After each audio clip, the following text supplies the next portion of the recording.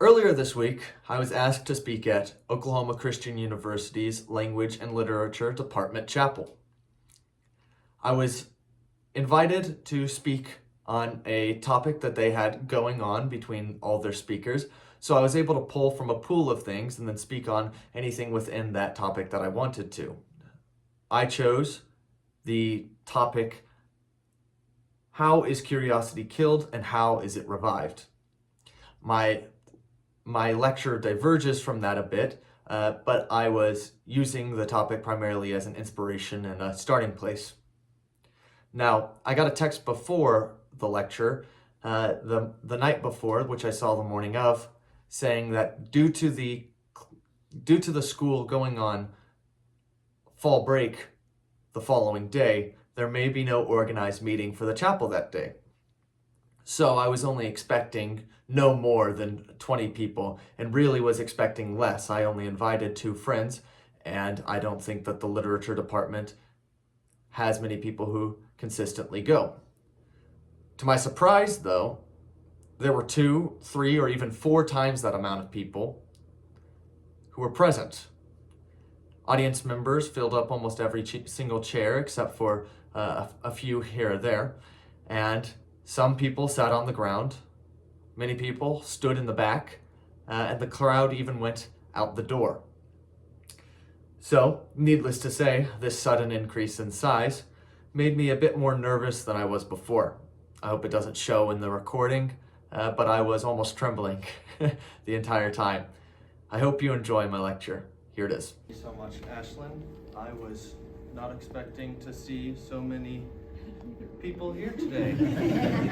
So a lot of my stuff will I was hoping would go down the alley of language and literature majors, though I am not one myself, but it seems like most of you will not be either, so that's fun. So as she said, I'm Daniel Billingsley, and I'm just really a wannabe thinker.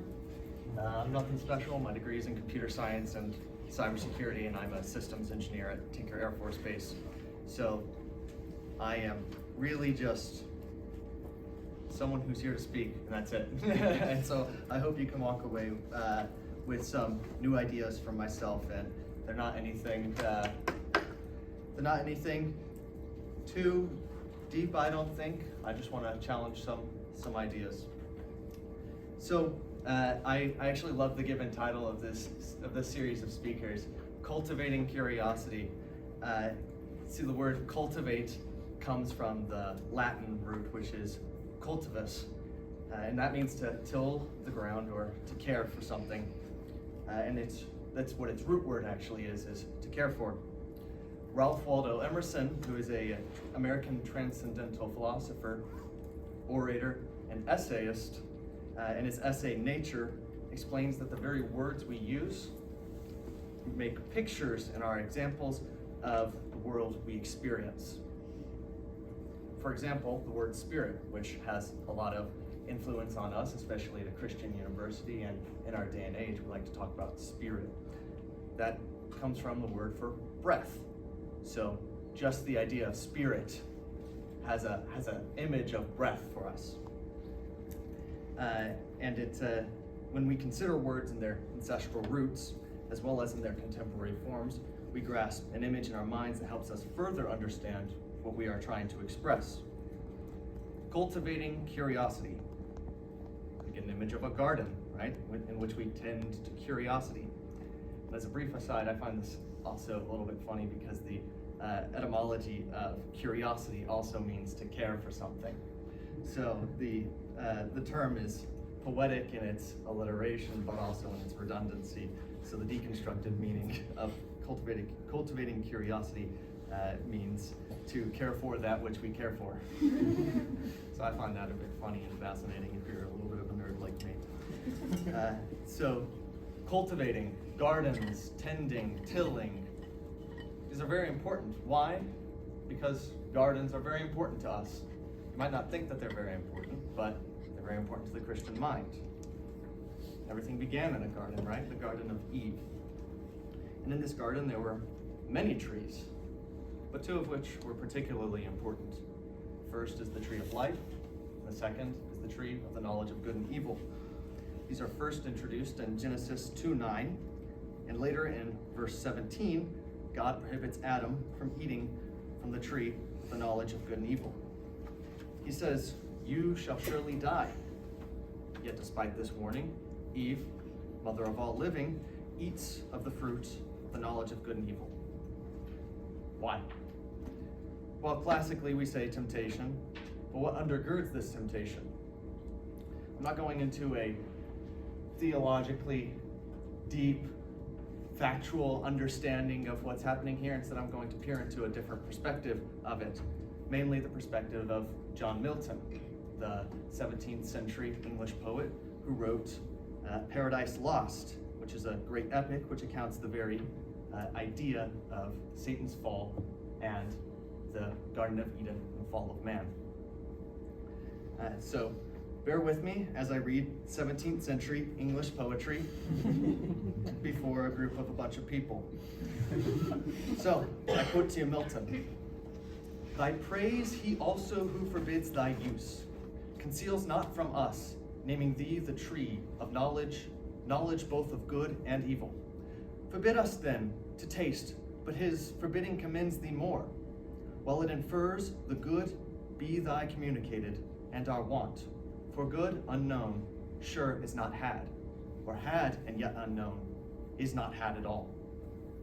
In plain then, what forbids he to know? Forbids us good, forbids us to be wise? Such prohibitions bind not, but if death binds us with afterbands, what profits then our inward freedom? In the day we eat of this fair fruit, our doom is, we shall die. How dies the serpent? He hath eaten and lives, and knows and speaks and reasons and discerns, irrational till then. For us alone was death invented, or to us denied this intellectual fruit? For beast reserved.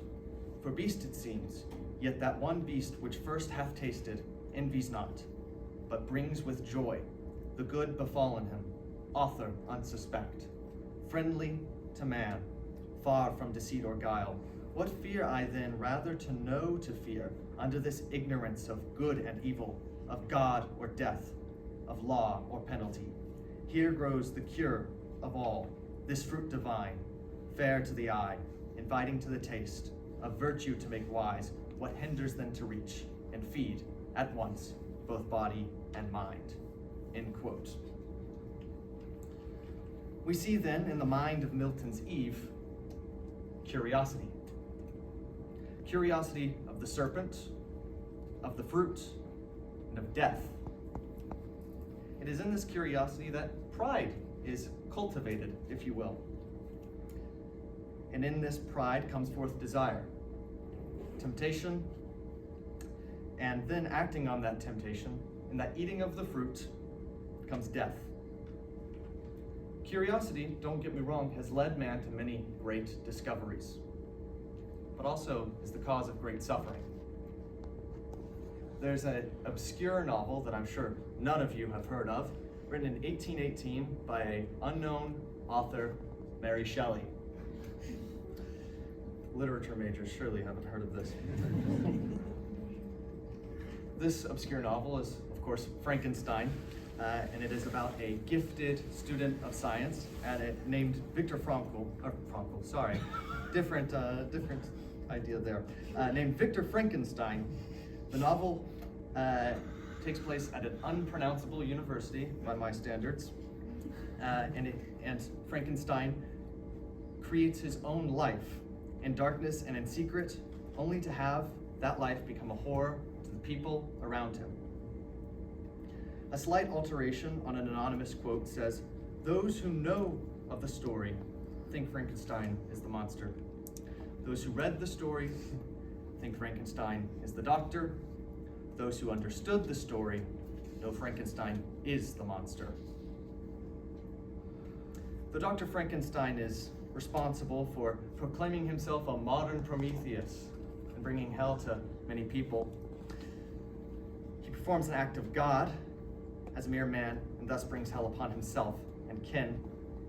But the story is more of a tragedy for Dr. Frankenstein, who goes through a bunch of series of bad mistakes and unfortunate decisions. One could say Frankenstein's curiosity was tainted by his pride. One could also say it's in the same way that Milton's Eve made a bad decision, an unfortunate mistake. She was also tainted by her pride. Frankenstein ate the forbidden fruit. He wanted to be like God, the modern Prometheus. There's an equally obscure 1993 film called Jurassic Park that tackles the same concept, curiosity going too far. Both Frankenstein and Jurassic Park show man's desires become too big for his britches, and his prideful self leads to both suffering and death. Enough about this dreadful stuff. Curiosity is not in itself an evil, I can hear some of you saying. You're right, but nor is it a good. Like most things, it is amoral. But in a world of innovation and progress, curiosity is held chief among virtues, while in it man performs queen of all vices. Curiosity is not an end in itself, but a means by which man may fall or flourish. It is not due to curiosity that Milton's Eve falls, but it is through it that she disobeys God. I quote to you C.S. Lewis in A Preface to Paradise Lost. Lewis says, "We need not ask, what is the apple? That is the fruit of the tree of the knowledge of good and evil. It is an apple. It is not an allegory. It is an apple." We can also dismiss that question which has so much agitated some great critics. What is the fall? The fall is simply and solely disobedience, doing what you have been told not to do, forgetting your place, and thinking you are God.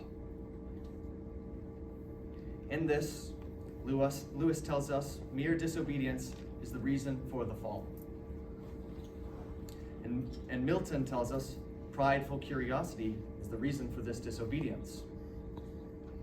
I signed up to speak on the death of curiosity, and I believe this prompt was originally in the essence of a lack of inspiration, but I was intrigued by the wording, the death of curiosity. Curiosity that leads to death. Now that I have shown you the death of curiosity, I will briefly say how it is revived. Curiosity is revived when it is bound together with the virtue of the philosopher, which Aristotle says is wonder, according to his metaphysics. Wonder is what the psalmist finds in God's creation. Wonder is what Josiah finds in the walls of the temple. Wonder is what St. Thomas finds as the hand of Christ as a light beam peering through the hole. When you consider the greatest of things, you stumble upon a just admiration and a good curiosity of the simplest of things. If at any moment you find yourself in trouble with curiosity, whether it be a prideful curiosity or a state of dead curiosity, take a dose of wonder. Contemplate why you must inquire. Contemplate what meaning drives this inquisitive spirit. Contemplate the ideal you are striving towards. Before you ask how, be sure to ask why. The point of university is not simply to learn more or to get a good job. It is to sharpen character as well as mind. Be curious of the world around you, as is your duty as students, but do not let pride twist your pursuits. If Milton's Eve looked to the heavens before outstretching her hand, then the apple may have remained an apple, and she may have remained in the garden. Please pray with me.